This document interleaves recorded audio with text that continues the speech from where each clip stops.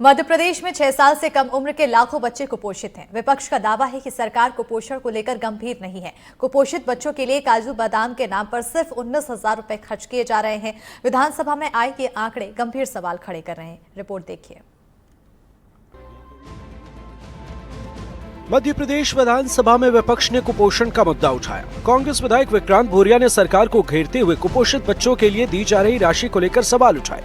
कांग्रेस विधायक ने पूछा कि क्या सिर्फ 8 रुपए प्रति बच्चा राशि देना एक बच्चे के लिए काफी है?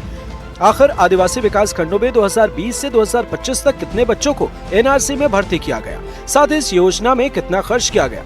कांग्रेस विधायक के सवाल पर सरकार में महिला और बाल विकास मंत्री निर्मला भूरिया ने इसका जवाब दिया, जिसमें खुलासा हुआ कि पोषण केंद्रों में प्रति बच्चे के इलाज के लिए सरकार 980 रुपए देती है। ऐसे में कांग्रेस विधायक विक्रांत भूरिया ने फिर सवाल पूछा कि एक तरफ सरकार कुपोषण से मुक्ति की बात करती है और दूसरी तरफ सरकार कुपोषित बच्चों के लिए सिर्फ 8 रुपए और अति कुपोषित बच्चों के लिए सिर्फ 12 रुपए प्रतिदिन देती है।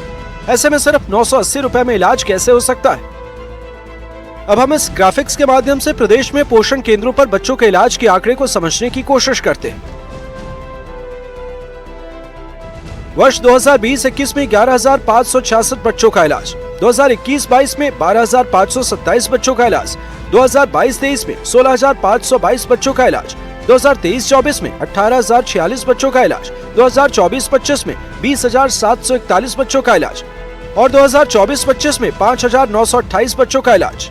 ये तो वर्षवार बच्चों के इलाज के आंकड़े। उधर पोषण राशि को लेकर नेता प्रतिपक्ष उमंग सिंगार ने भी सरकार को घेरते हुए कहा कि आदिवासियों को सरकार सिर्फ लॉलीपॉप दिखाती है। आदिवासी वर्ग लंबे समय से पट्टों का इंतजार कर रहा है, लेकिन उन्हें सिर्फ दगा जा रहा है।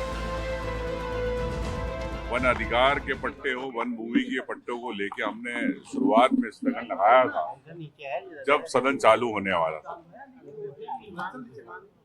आज एक सप्ताह हो गया पूरे से सदन चलते हैं, सरकार अब जागी है, उस पर चर्चा करता है।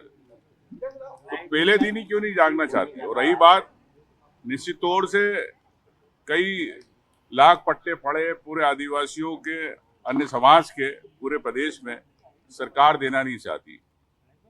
सुप्रीम कोर्ट की बात करती है बार बार। सुप्रीम कोर्ट ने स्पष्ट कहा कि 2006 के बाद पट्टे के पहले के पट्टे दिए जाना चाहिए, लेकिन सरकार सिर्फ लॉलीपॉप देना चाहती है आदिवासियों को, अन्य समाज को, लेकिन पट्टे नहीं देना चाहती। आज इसी की बात को लेके आज हम लोगों ने स्थगन पे ध्यानाकर्षण पर चर्चा है। कुपोषण पर विपक्ष का लगातार हमलावर रुख देखते हुए सरकार की महिला और बाल विकास मंत्री निर्मला भूरिया ने जवाब दिया। मंत्री ने कहा कि हमारा विभाग कुपोषण के प्रति माताओं और बहनों को लगातार जागरूक कर रहा है। बच्चों के लिए नई नई चीजें करने का प्रयास किया जा रहा ताकि कुपोषण को जल्द ही खत्म किया जा सके। मंडला, देवास और झाबुआ में सफलता भी मिली।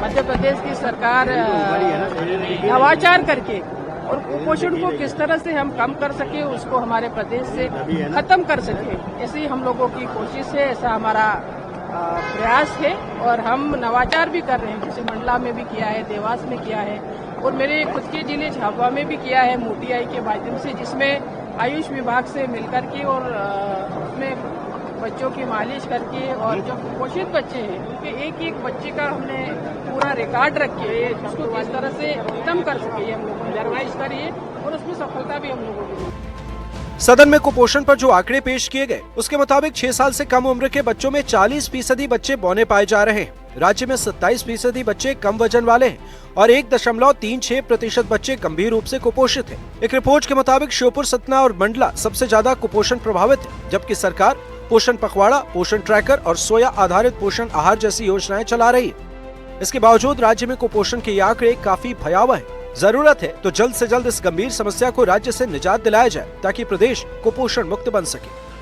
भोपाल से एनडीटीवी के लिए आकाश द्विवेदी और निहारिका शर्मा की रिपोर्ट।